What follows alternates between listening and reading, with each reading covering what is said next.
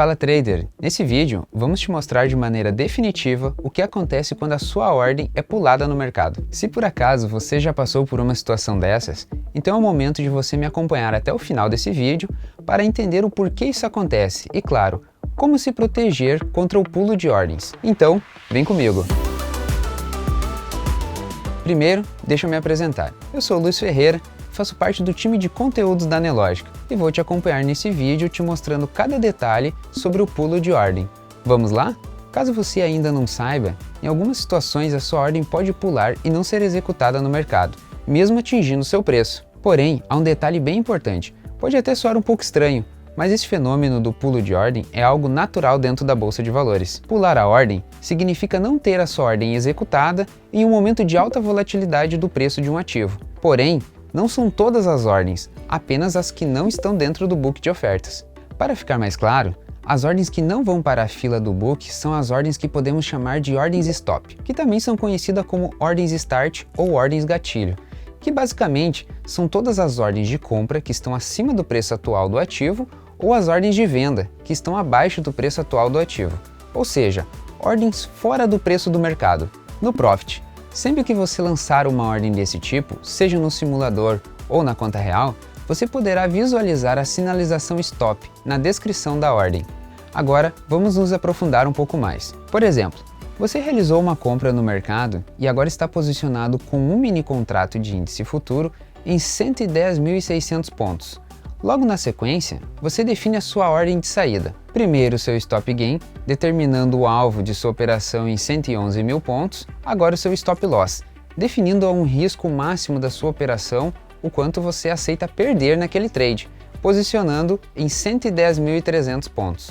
Bom, você acompanha o desenrolar da operação e percebe um forte movimento de venda, e o ativo acaba caindo 350 pontos em um movimento brusco, varrendo as ordens do book. Porém, você percebe que o seu stop loss não foi executado. O que aconteceu então para a sua ordem não ser executada?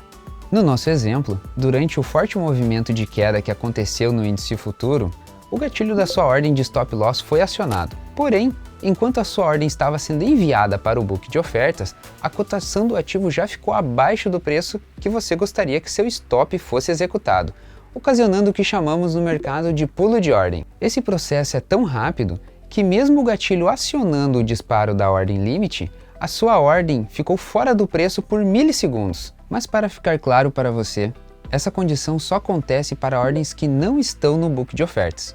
Agora você pode estar se perguntando, por que esse tipo de ordem não vai para o book então? O motivo é muito simples.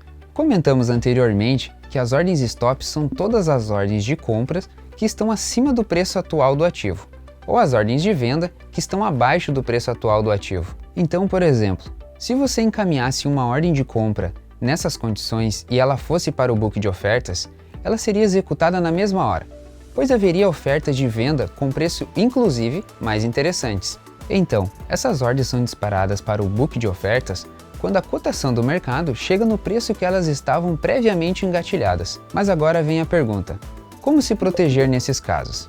E é aí que entra o recurso Stop Offset. O Stop Offset nada mais é que um mecanismo que irá aumentar a margem de execução das suas ordens stop, seja uma ordem de stop loss ou uma ordem de entrada. Esse aumento da margem de execução é o que permitirá que a plataforma busque liquidez em outros níveis de preço, além do nível que a ordem stop foi posicionada para disparo. Isso significa que há a possibilidade da sua ordem ser executada, por exemplo, no nível de preço seguinte.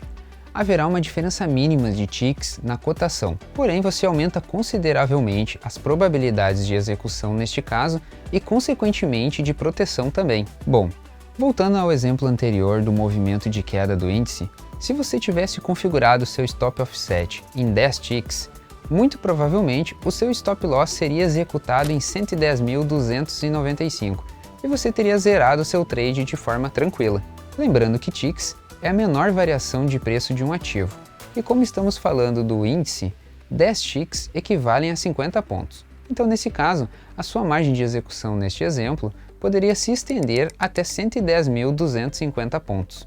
Logo, sua ordem seria executada na posição atual ou em qualquer faixa de preço até o limite estabelecido. Então, recapitulando o que aprendemos.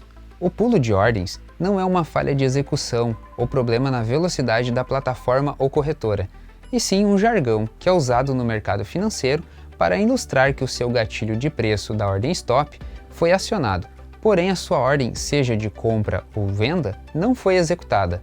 Lembrando que essa condição acontece para ordens que chamamos neste vídeo de ordens stop, mas como mencionamos, você pode ter também escutado os termos start ou gatilho. Um conceito importante é que essas ordens possuem duas parametrizações de preço, o próprio stop, que devemos entender como gatilho de operação, e o parâmetro offset, que é a margem que aceitamos de execução dessa ordem. Agora que você já sabe o que de fato faz ocorrer o pulo de ordem, utilize o recurso Stop Offset para que a sua ordem seja executada dentro da margem pré-definida por você.